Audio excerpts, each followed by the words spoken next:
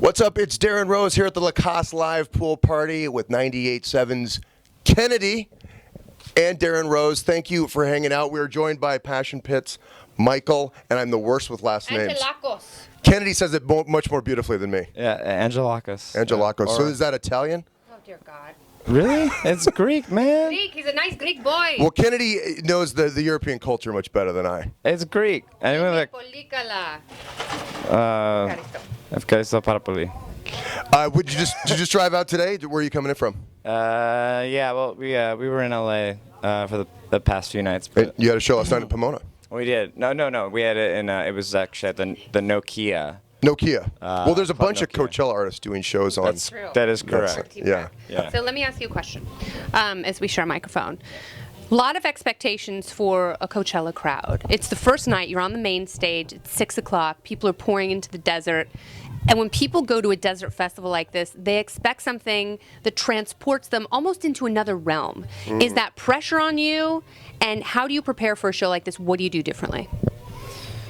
Well, not really, because they're probably on drugs anyway. Right. So we just have to perform well enough where there's nothing outstanding, or Do you change the set at all? Yeah, well, I mean, we have obviously, because there's so many bands playing and we're not a headlining band, we have a shorter set. So yes, we do tailor it to the most well-known songs. Michael, I want to ask you too. You've been had a public. I mean, I don't know if it's by default or on purpose, but your mental health issues over the last few years have been kind of on the public display. Do you feel like you're a spokesperson for some of that? Have you had a lot of fans come talk to you as though you've inspired them or you've helped them through their issues as well? A lot of people have come to me and talked to me about it. A lot of fans talk about it often. I honestly, the only reason I started talking about it was because I had to cancel shows, and I don't believe in lying. Mm-hmm. So Do you feel good having that role though, as with your fans? Well, I don't believe I'm a spokesperson for it because Right. everyone's different. I don't think I have. I'm old enough or in a point where I've in my treatment to really say be definitive about anything. But I can certainly say that I'm happy about it because I think that it's an extraordinarily important issue right now, and it certainly wasn't to inform listeners. It wasn't a way to color the music in any way. It was honestly just to be honest about why we had to cancel shows. And I think that our fans deserve an honest answer, and that was basically it. And then it got blown out of proportion and dramatized in ways that I never intended. Right. But then again, it brought attention to the issue, and so whether or not I'm a spokesperson or whatever, I feel like it's a great opportunity for me to show that you can have an issue and you can do things that you never thought like. Their dreams, really. Mm-hmm. I mean, I can't believe I'm doing this right now. It's a fantastic. I can't believe I'm alive. So yeah. So the whole thing is just, hopefully that inspires people.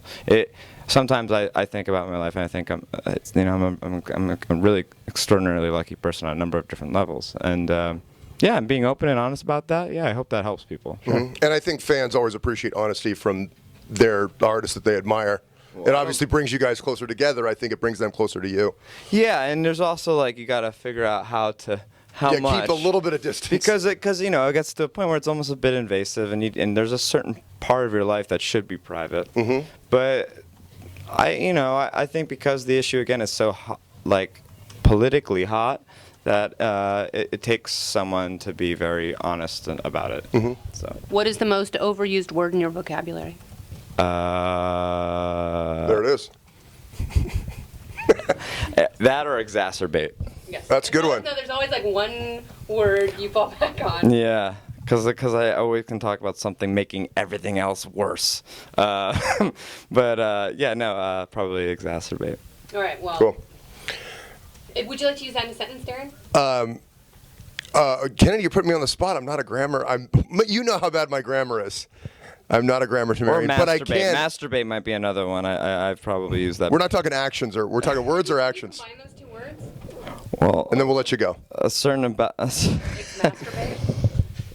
If one does masturbate too much, that could exacerbate certain health issues, and let's just all be careful. Brilliant. Passion Pit playing tonight on the main stage at Coachella, 6 p.m. Thank you so much for coming by, Michael. Thank you for the masturbatory interview. Brilliant. Brilliant.